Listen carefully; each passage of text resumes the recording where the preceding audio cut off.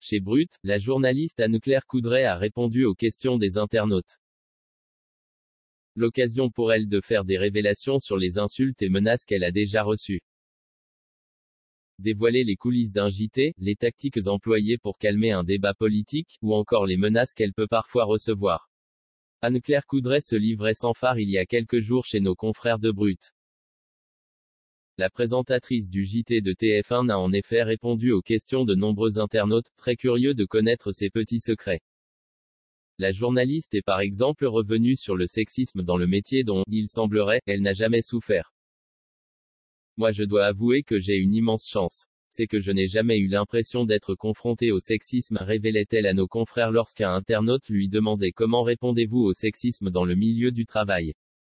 En revanche, elle avouait tout de même avoir connu des situations qui pouvaient laisser penser le contraire, il y a quelques années.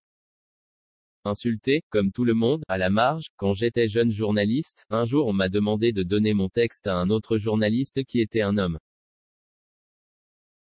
Parce que c'était un sujet sur l'armée. Et avec ma petite voix de jeune fille ça ne faisait pas assez viril, avouait-elle. Malgré tout, elle assure que cette époque est révolue et que le monde est en train de changer. De fait, si aujourd'hui il y avait une expression de sexisme, il y aurait une réaction des autres collègues.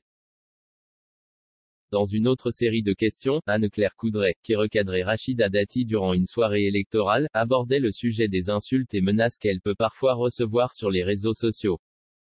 La journaliste l'assure, elle est comme tous les citoyens. Autrement dit, elle aussi victime de quelques critiques.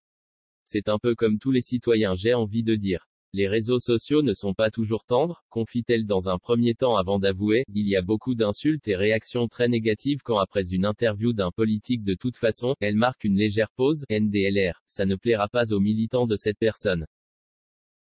Mais même si elle a déjà été traitée de lepéniste, mélenchoniste, macroniste, pour elle, cela veut dire beaucoup, je me dis que finalement j'ai fait mon job.